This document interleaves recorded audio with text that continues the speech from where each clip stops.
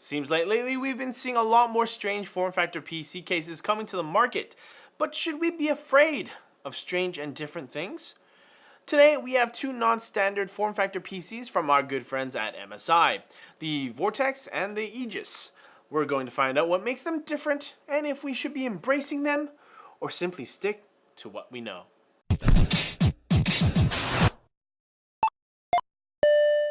Let's start off with the Vortex. This cylindrical PC might look tiny, but looks, as we all know, can be deceiving.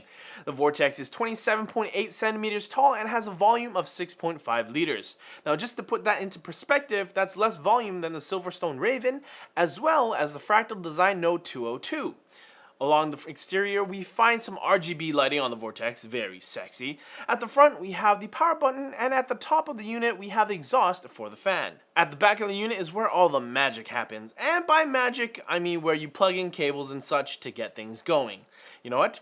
Never mind. We have a SPDIF out, mic port, headphone port, 4 USB 3.0 ports, 2 HDMI ports, 2 killer E2400 gigabit Ethernet ports, 2 USB Type-C ports, and finally 2 mini display ports. And at the very bottom, which you might not be able to see on camera, or we'll show off in B-roll later, is where you plug in the power cable. Yeah, just right out in there. That's where you plug it in.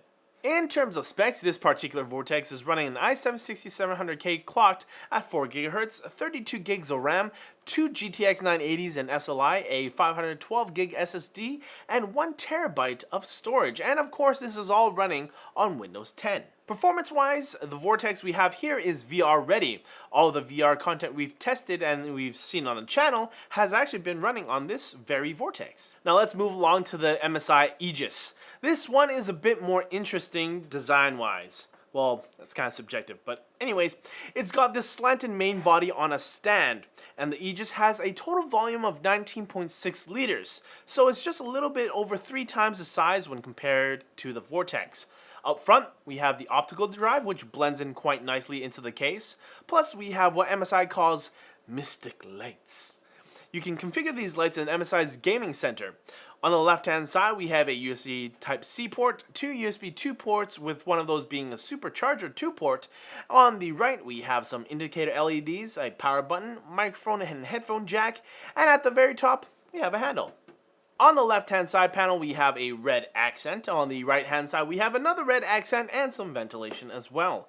And the back is where things get more interesting.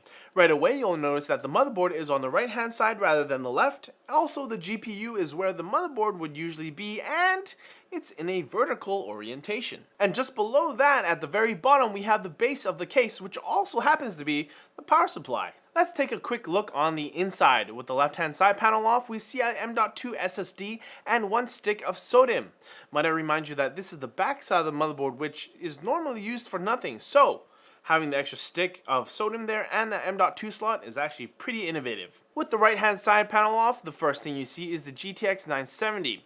Behind that, of course, we find the blower-style CPU heatsink. Now, the heatsink is proprietary, but if you ever need to change out GPUs, you have easy access with the Aegis. The top panel of the Aegis comes off as well. Here you have access to the optical drive and a 2.5-inch SSD tray. Underneath the optical tray is 2 3.5-inch hard drive sleds. MSI really seems to have put a lot of thought into using the spaces that they had as efficiently as possible. The power supply location on the Aegis is a great idea. Not only does it allow for compartmentalized cooling, but you no longer have to have a power supply sharing the same precious space with your other hardware. Using the back of the motherboard to add in not only a RAM slot, but also an M.2 slot, like I mentioned earlier, is pretty smart. And of course, this particular configuration for the Aegis is also VR ready. Now, in terms of benchmarks, the Aegis and the Vortex do as well as expected.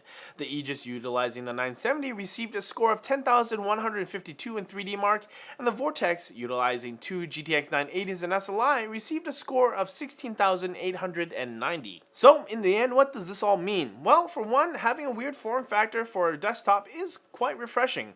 You no longer have to look like everyone else who has a rectangular case from this brand or that brand.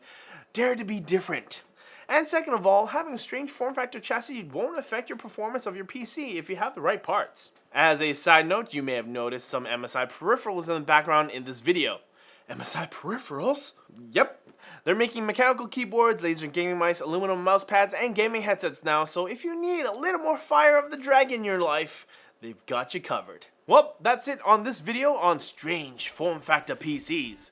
Click over here for previous videos and check us out over here on Twitter. But as always, like the video, comment below and let us know what you thought of these odd desktops, and subscribe for more like this from NCIX.